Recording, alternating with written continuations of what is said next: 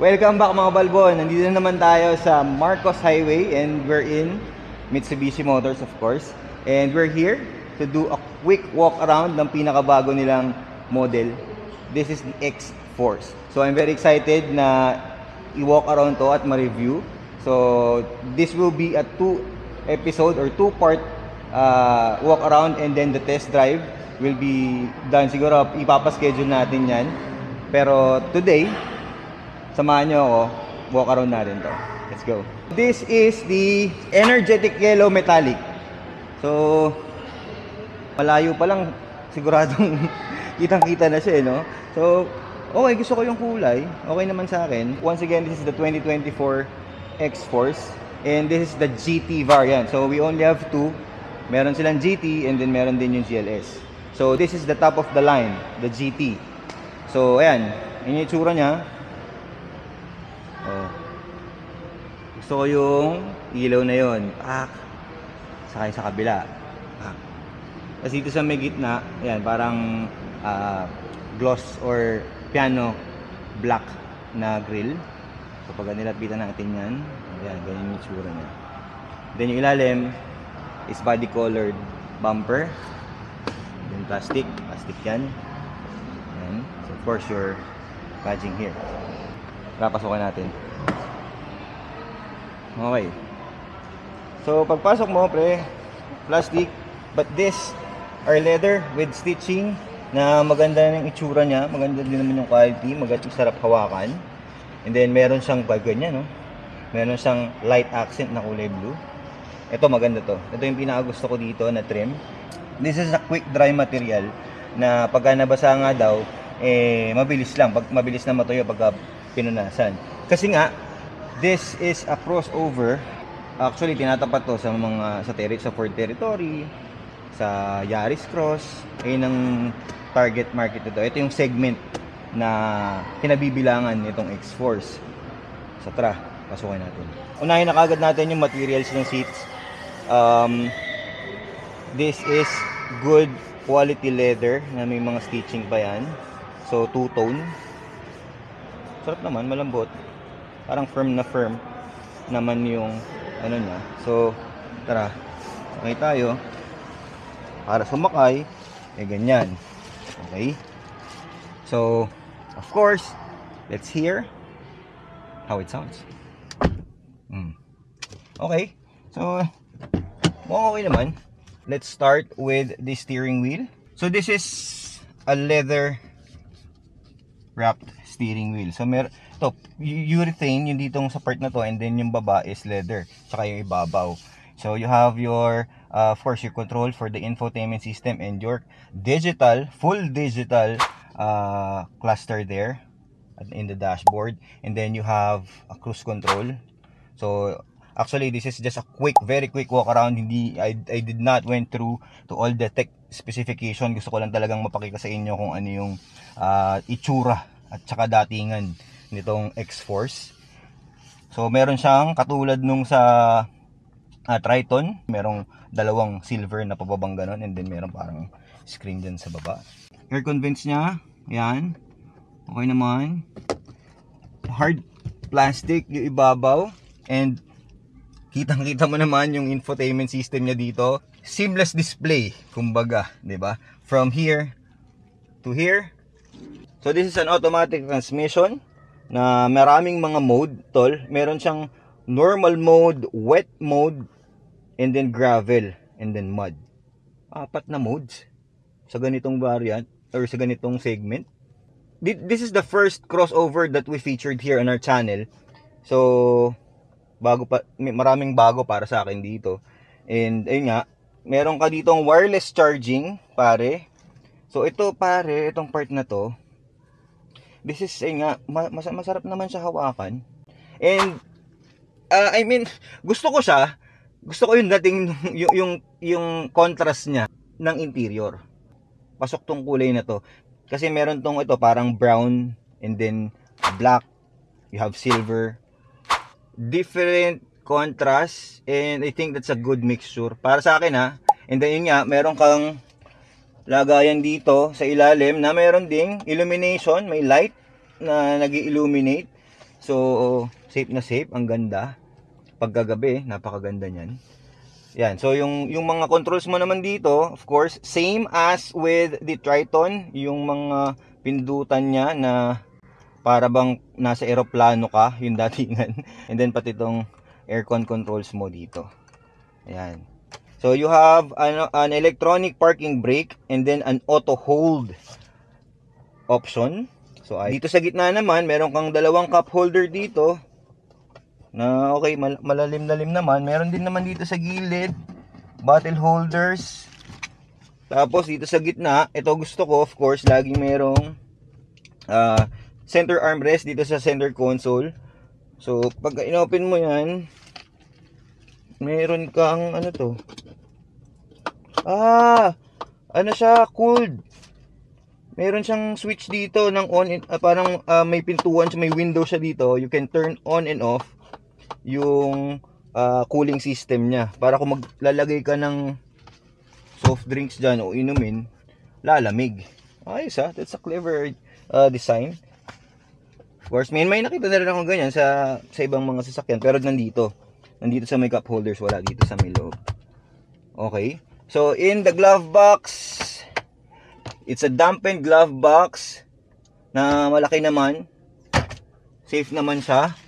Tapos, dito sa taas, meron kang vanity mirror with light. Ayos. O, syempre, kung meron dito sa driver side, imposibleng mawalan yan dito sa passenger side. So, meron yan. Okay. And then, at the top, ito yung rear view mirror. Yan. Tapos, meron kang mga indicators dito sa ibabaw. Ilaw mo. Tapos, ay, may lagayan ng salamin. Push. Ayos So, yung steering wheel niya is height adjustable and telescopic. Ayos. Nice. Dito sa gilid, meron kang lagayan ng barya. So, the seating position for me, kita ko din yung hood. Alam mo naman ako, gusto ko laging kita yung hood. Pero ito, meron siyang height adjustment na manual.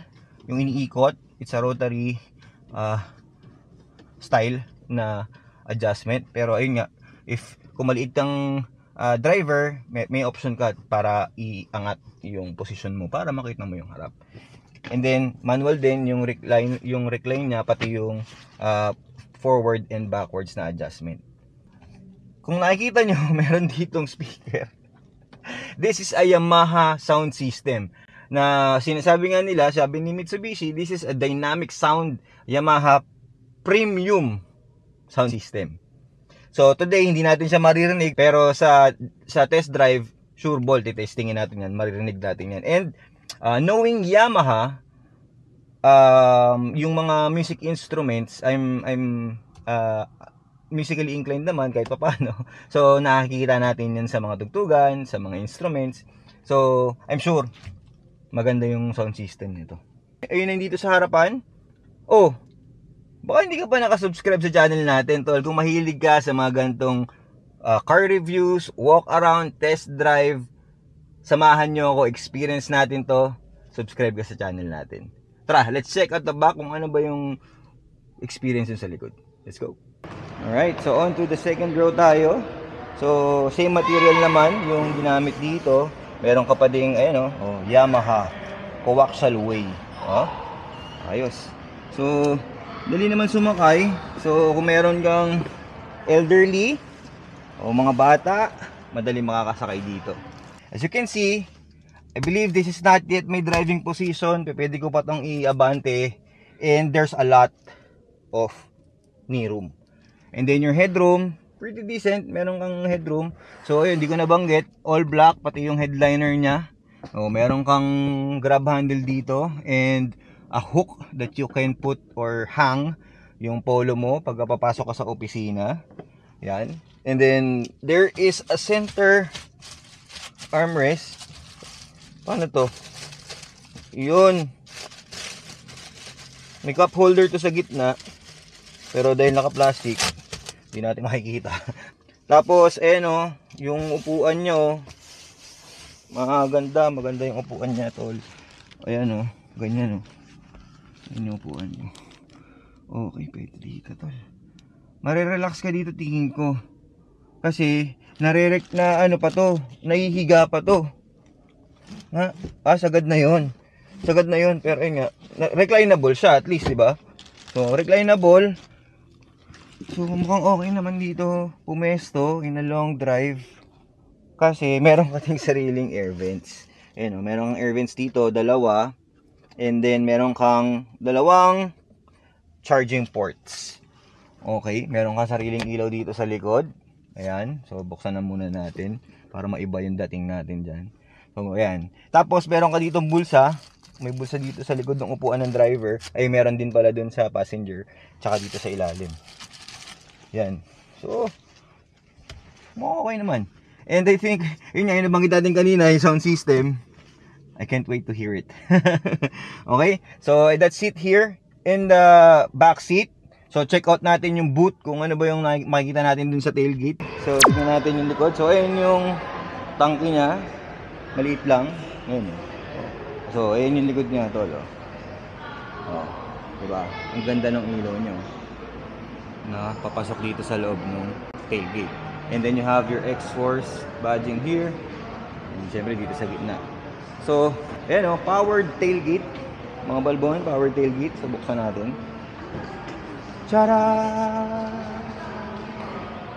Diba? Oh, solid, tol. Nice. So, makikita mo dyan, maganda naman yung quality nung tailgate niya.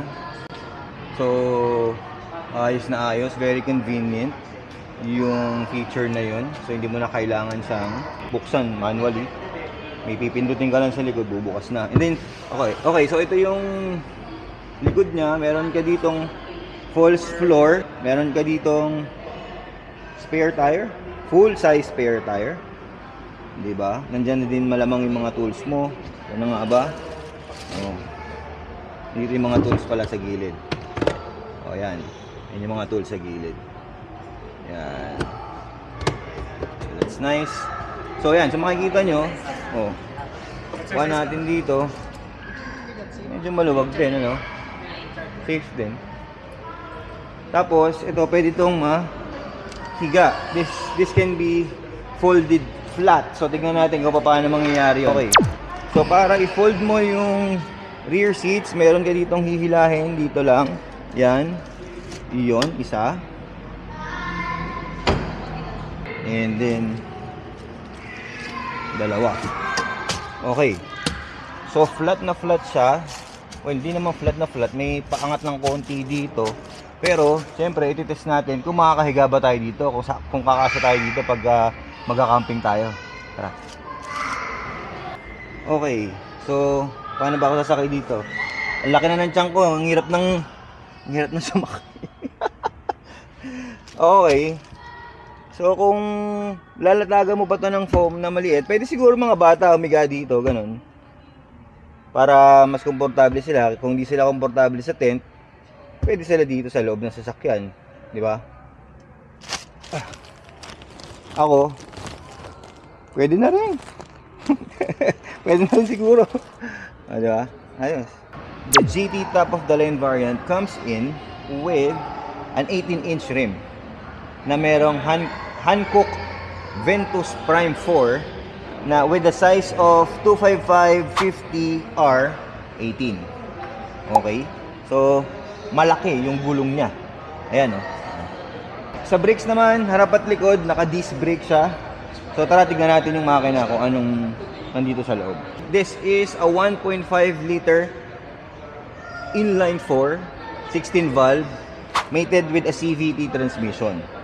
So, basically, maluwag talaga to yung harapan, and as I have seen from the Triton and other Mitsubishi vehicles, maayos talaga, organized yung mga yung mga posisyon ng mga components na which is madali service. Kasi minsan may mga nakikita akong mga engine bay naka-balandrang pa ganun yung baterya, di ba? Mas maganda yung maayos, di ba? Yan. So, maganda naman. Siyempre, plastic yung radiator natin. Kung titignan mo yung mga components, siyempre, Mitsubishi yan. Matibay, of course. And then, ayan, medyo malayo to. So, dito yung radiator mo, andito yung bumper mo. So, medyo, yan, mga ganyang kalapad, oh. Yan. O, diba? Ayos. So, this GT top of the line variant comes in at 1,581,000 pesos.